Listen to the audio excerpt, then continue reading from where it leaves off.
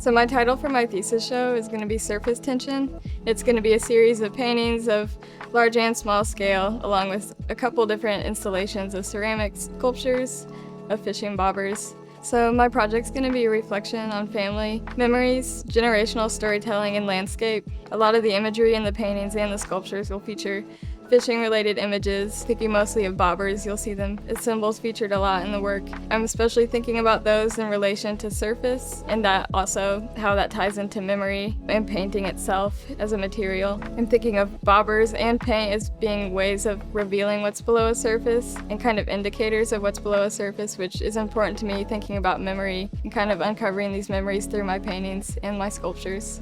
In terms of landscape, most of my paintings are involved in the landscape in some way, whether they're explicitly related or not. I'm especially thinking about two different landscapes that my family has been dwelling on for generations, passing down stories about, and those two would be the actual broad landscape in the Midwest that I live in, as well as my family's gas station and bait shop that they owned and sold last year, which were very important to me and my work.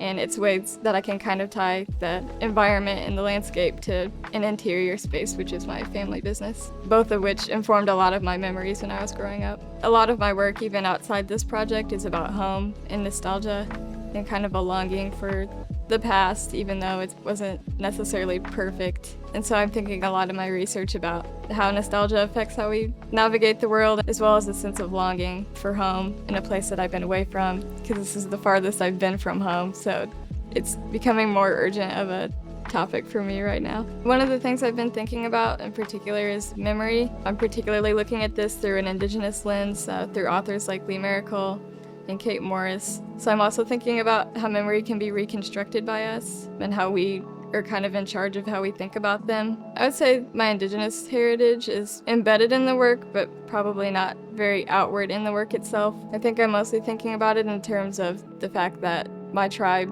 was located in Indiana, where I grew up, so the history's gone back all the way till then.